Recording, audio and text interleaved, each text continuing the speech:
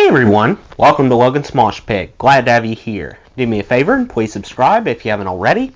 Also consider joining my Patreon page for some cool perks. I'll leave a link in the description. August is already gone and September has arrived.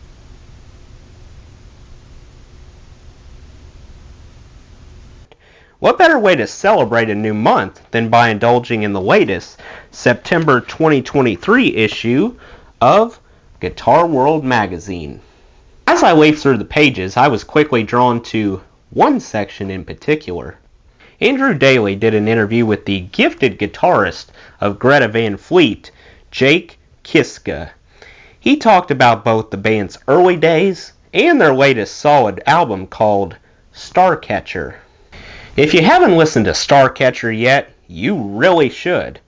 I'll drop a link to the full album in the description. Now, I'll turn it over to Jake. How have Greta Van Fleet evolved for Starcatcher? A lot of this record has been about going back to our roots. At least, that's certainly been the case for me. Foundationally, many of our influences go back to the blues and things like that. I needed to get back to the basics of players like Lightnin' Hopkins, Elmore James, Robert Johnson, Lead Belly, Muddy Waters, and Albert King. So I think Starcatcher is very foundational in ways that maybe our previous records weren't. I think we've gone in directions I'd call cinematic, and I think the mindset this time was, let's dial it back, get out of the city, go back into the country, and put some of those types of songs together. The result is what I'd say is a pretty heavy record. I can't help but notice Starcatcher's primal nature. Was it your intention to go in a more rhythmic direction? Yeah, you're right. If you listen, there are tons of primitive aspects that are undeniably human, powerful, and visceral. I think we went in wanting to elicit those types of sounds, and again, that's us hearkening back to our blues influences. It's a genuine evolution of all the sounds that brought us here.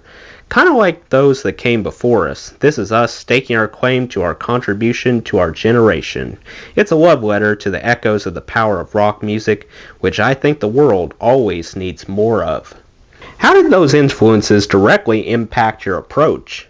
I think my sound is pretty well established, so it was important for me to venture into territories I've never explored.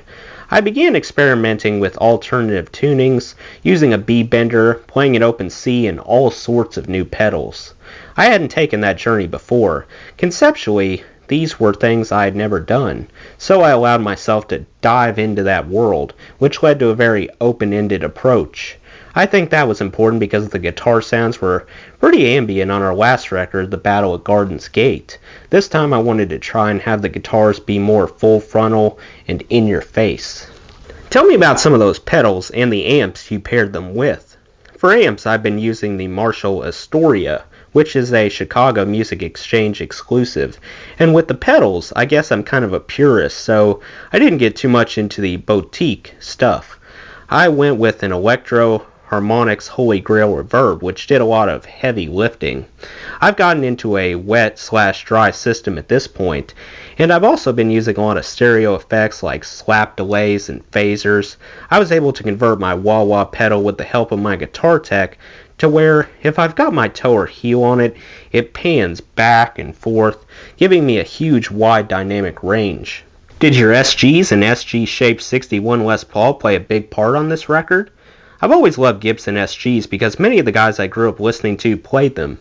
Seeing those British Invasion guys up there playing an SG made me want to be that guy. I knew that it was what I wanted to do. I wanted to be the guy to get up there and evoke emotion. And Gibson guitars have always been a great vehicle for me to do that. They're dynamic guitars. You can do so much with them depending on the pickup, amps, etc.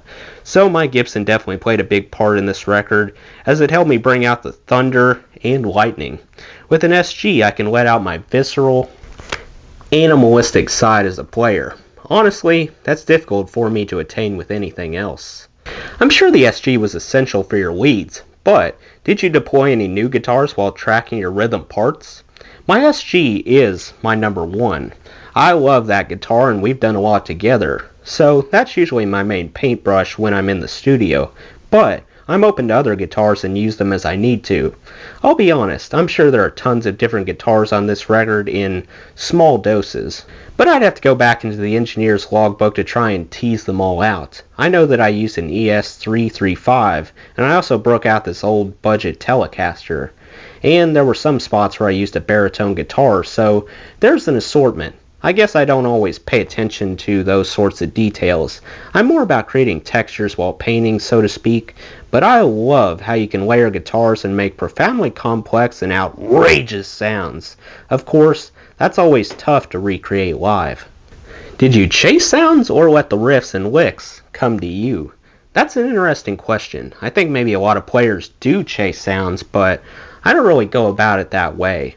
I've always had a classic sound but never pursued that.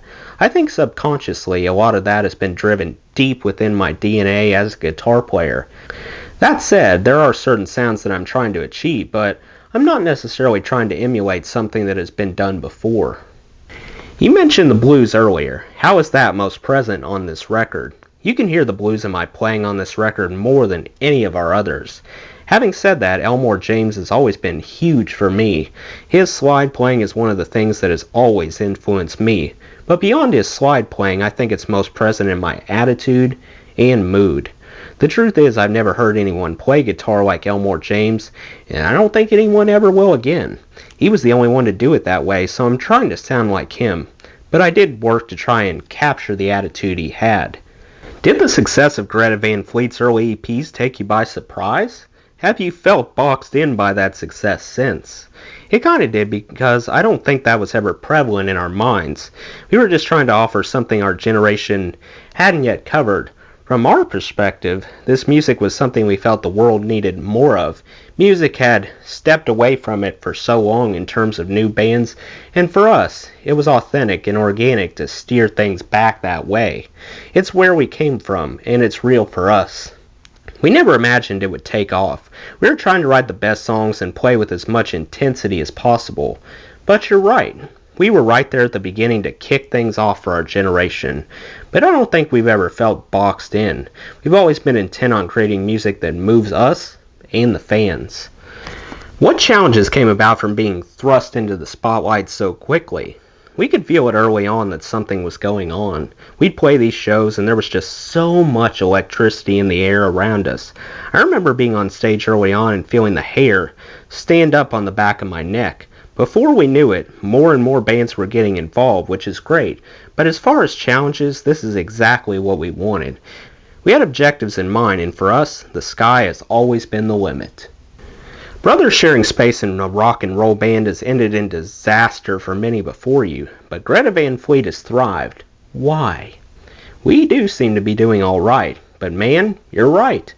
The list of family bands that have shredded themselves to the point of self-implosion is pretty extensive. But I guess the secret is we're good to each other. We try not to get aggressive, and we give each other space if we need it. And honestly, a lot of that stuff that could have hurt us, we got most of it out early on. Sure, we'd get together to play or rehearse, and sometimes things would happen where someone throws a chair across a room or a door gets broken down, but we learned how to navigate all of that. In any band, especially one you share with family, there's always going to be some bloodshed, and we get into those arguments, have creative differences and all that, but we've always let the passion we share guide us rather than whatever momentary thing stands in our way. How will Starcatcher allow Greta Van Fleet to further their connection with their audience? We love all the records we put out, but Starcatcher in particular sounds absolutely gigantic. I can't wait to get out and perform these songs live. As we've been rehearsing them, we're seeing more and more just how dynamic and full of dimension they are. I think that will allow us to be more informative as performers because these songs are very direct. That will enable us to form an interesting connection with the audience. I think it will allow us to tell more stories through the music. Our goal is always to inspire emotion, and these songs are truly more powerful than anything we've ever written. Last question. You've had a lot of success with songs like Highway Tune, but you don't strike me as someone who cares too much about that sort of thing. You're right about that. We appreciate our success, but none of the commercial stuff ever enters my mind. It's funny because a lot of groups will write specifically for radio, or they'll have a particular commercial objective, and they chase that intent, you know? But we've always come from a deeply instinctual place. When I'm putting a song together, there's always something beyond what I can see or touch that's guiding my hands to do whatever I'm doing. I see myself as a courier, and whatever comes with it, that's cool by me. Well, that wraps up this interview with Jake Kiszka. I wish I had $1 for every time he said, "You're right." Anyway, did you like it? Let me know in the comments. Before I go, I want to give a special shout out to my supporters on Patreon, Matt and Stacy from Canada. That does it for today's video, guys. I hope you enjoyed. Make sure to like, comment, and subscribe if you haven't already. I really appreciate the support. I'll see you next time. Till then, rock on.